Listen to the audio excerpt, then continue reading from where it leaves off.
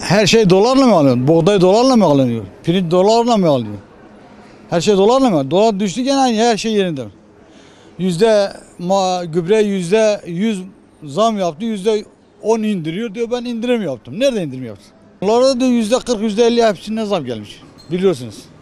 100 milyon elektrik parası şimdi 200 milyon veriyoruz. Doğalgaz niye inmiyor? Madem ki dolar düştüyse, dolar yükseldiği zaman onlar da yükseldi. Onlar inince o da indirsin. Öyle etkilere sesleniyoruz. Bu dolar indiği, düşüşe geçtiği zaman mazotu da indirsin. Doğal gazı da indirsin. Her şeyi de indirsin yani. Bunların artık büyükler ne yapabiliyorsa bunları daha fazla da indirsen iyi olur. Ve piyasayı da sahip çıksın, yani etiket üzerine bıraksın, sahip çıksın. Yani buna sahip çıkmasan fakir fukara perişan oluyorlar. Zenginlere dokunamaz ama bazılar var hiç eve et almıyor. Bazılar var hiç ne diyeyim yani böyle bir şey. Vergisini fazladır ve fazla da alıyorlar. Bunlara da sahip çıksan, devlet bunların üzerinde durması lazım. Ben emekliyim. Artık ve doğal gazda yine onlar da çocuklar fidan ekiyor, o parayı da her şeye veriyorlar. Yani fidanla, domatesle, şeyle çalışıyorlar, patlıcanla, sebzeyle çalışıyorlar bizim çocuklar. Fakat o geliri maalesef herhangi bir elde edemiyor, zor kendini geçini yapıyorlar. Evet. Mesela bir belediye başkanı üzerinde durması lazım etiket için. Zabıta üzerinde durması lazım. Her gün mesela kendi kafasında bir 5 zam geliyor, 15 üzerine atıyorlar. Yani bunlar yapmaması lazım. 20 üzerine atıyorlar. Bunlar yapmaması lazım.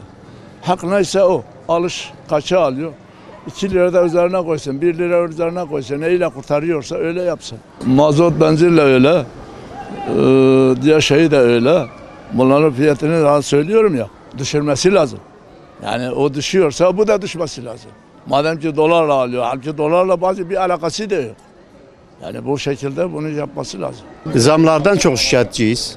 5 büyük zamlar aynıdır. Niye düşmüyor bu, nedendir? Valla zamları düşürmeleri lazım. Dolar da düştü.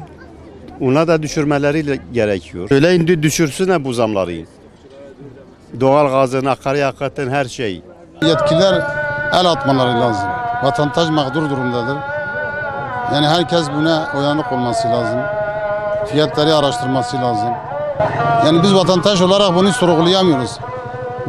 Sorduğunuz zaman da esnaf kızıyor, diyor her şey şöyle böyle, bizi dikkate almıyorlar. Ama yetkili gelip el attığı zaman mecburi bu işi soruşturmak lazım. Şimdi dolar 7,5 iken fiyatlar yükseldi. Şimdi 5,5'a düşmüş, hala fiyatlar aynı. Buna el atmak lazım. Bir misal vereyim, ben emekliyim, bana 70 lira.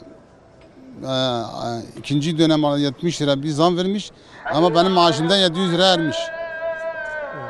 Doğru mudur? Tabii ki ben söylüyorum, devlet yapması lazım. Bunların hepsine devletin alınması lazım. Ne yapması lazım mesela devlet? Abi gidip araştırması lazım, bakması lazım. Bu fiyat niye 30 liradan 50 liraya çıktı? 7,5 lirayken 5,5'a düştüğü zaman tekrar bu 40 liraya inmesi lazım. Değil mi? Bunları tekrar aynı şekilde inmesi lazım. Hepsi birbirine bağlıdır. Petrol zam geldiği zaman her şeye zam gelmiş demektir. Doğalgaza zam geldiği zaman her şeye zam gelmiş demektir. Elektriğe zam geldiği zaman zaten bunlar temel şeyler. Şimdi bunlardan başlayıp öyle çıkmak lazım. Şimdi ben bakkalıyı sorgulayamam, marketçiyi sorgulayamam. Devletin memuru var, zabitesi var, polisi var, maliyecisi var, gidip araştırsın bunu. Vatandaş günahtır. Devletin yapması lazım, benim değil.